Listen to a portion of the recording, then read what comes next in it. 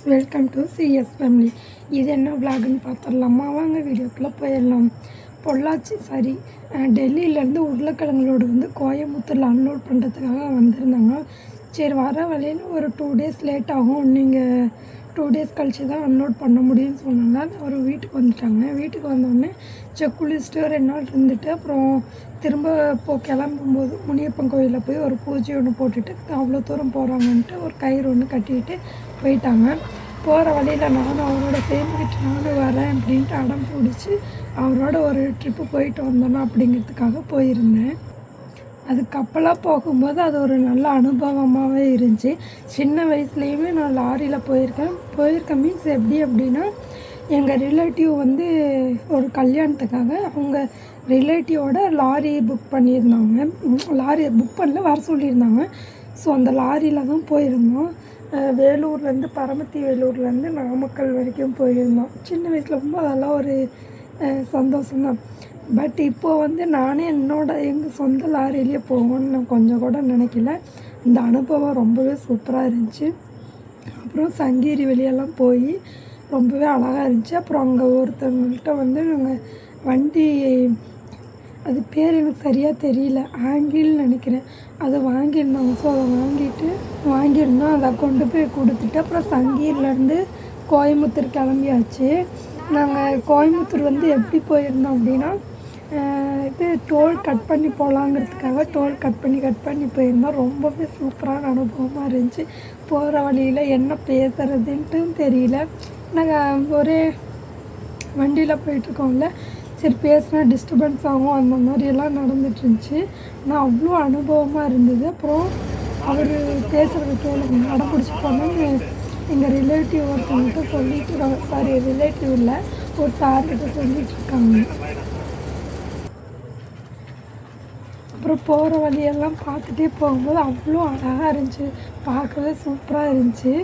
அப்புறம் ஒரு டோல்கேட் வந்திருந்தது. அது எந்த ஊர் டோல்கேட்னு சரியாக தெரியல, மறந்து போச்சு. டோலெல்லாம் கிராஸ் பண்ணிட்டு போயிடும்.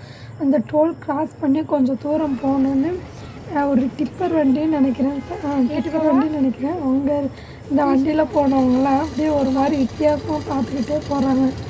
ஏன்னா லாரிக்குள்ளே நான் உட்காந்துட்ருக்கேன் அப்படிங்கிறதுனால ஒரு வித்தியாசமாக பார்த்துட்டு போனாங்க. எனக்கு ரொம்பவே பிடிச்சிருந்துச்சி. இந்த பயணம் ஒரு அழகான பயணமாகவே இருந்தது. அவருக்குமே எங்கள் வீட்டுக்காருக்குமே ஒரு அழகான பயணமாகவே இருந்துச்சு. ரொம்ப ஜாலியாகவே இருந்தது. சூப்பராக போயிட்டு வந்தோம். அப்புறம் போகிற வழியிலலாம் நல்லா ஜாலியாக பேசிட்டு அப்புறம் அங்கங்கே கொஞ்சம் டீ குடிச்சிட்டு அப்புறம் டைம் ஸ்பெண்ட் பண்ணிவிட்டு போயிருந்தேன். ஏன்னா அவங்க கொடுத்த டைம் அப்போயுமே பாதி வழி போனோன்னு லேட்டாக வாங்க போனாட முந்தரிக்க பட்டியா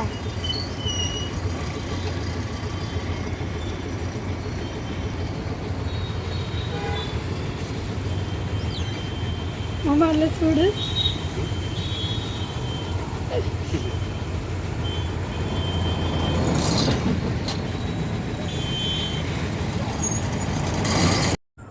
எனக்கு ஒரே சிரிப்பு தான், தாங்கவே முடியல. ஏன்னா இவ்வளோ அடம் பிடிச்சி நம்ம வண்டியில் வந்துட்டோமே அப்படின்ட்டு ஒரே சிரிப்பு, தாங்கவும் முடியல. அவர் பார்க்க எனக்கு வெக்கமாகவே வருது. அப்புறம் நாங்கள் அங்கே போகிறதுக்கு நைட்டு 10 மணி ஆகிடுச்சு.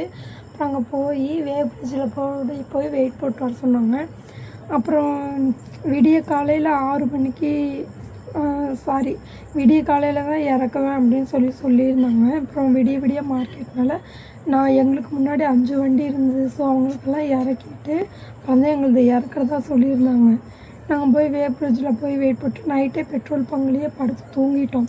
அப்புறம் காலையிலலாம் 6 மணிக்கு எல்லாம் அவங்க பங்க்லேருந்து கிளம்ப சொல்லிட்டாங்க. ஏன்னா வண்டி வந்தால் வண்டியெல்லாம் டிஸ்டர்பன்ஸ் ஆகும்னு கிளம்ப சொல்லிட்டாங்க.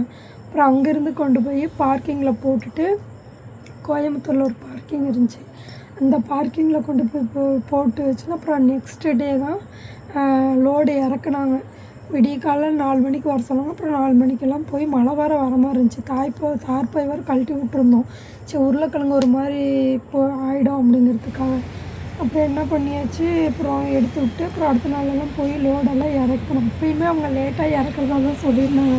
அப்புறம் அங்கே இருந்த லேபர்ஸ் தான் லோடு மூட்டை இறக்குறவங்க தான் இருந்துக்கிட்டு அவங்க அந்த மாதிரி அவங்க ஒய்ஃபோடு வந்திருக்காங்க. ஸோ அவங்களுக்கு இறக்கி விட்டுட்டிங்கன்னா பரவாயில்ல, லேடிஸ் கூட்டிகிட்டு வந்திருக்காங்க அப்படின்னு சொன்னதுனால நான் போனதுனால இந்த ஒரு பெஸ்ட் ஆப்ஷன் கிடச்சிச்சு. லோடு இறக்குனாங்க, இல்லைன்னா இன்னும் 2 நாள் டிலே ஆகிருந்திருக்கும். அவங்களுக்கு வீட்லேயே 2 நாள் ஆகிடுச்சு. அப்புறம் இங்கே வந்து இன்னும் 2 நாளில் ஒன்றும் பண்ணியிருக்க முடியாதுல்ல.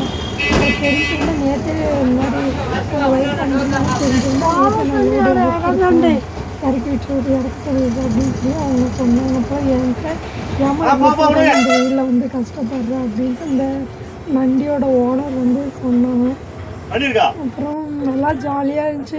அப்புறம் 6 மணிக்கெல்லாம் மார்க்கெட்டில் ரொம்ப விடிய நடக்குது. அந்த மார்க்கெட்டு எப்படி சொல்கிறதுன்னா நைட்டு ஃபுல்லாகவே ஒரு 3 மணி வரைக்கும் மார்க்கெட் விடிய நடந்துகிட்டே தான் இருக்குது. வந்து லோடு வண்டி எத்தனை வண்டி வருது, வர லோடு வெங்காயம் உருளைக்கிழங்கு லோடு ஏற்றிட்டே தான் இருக்காங்க.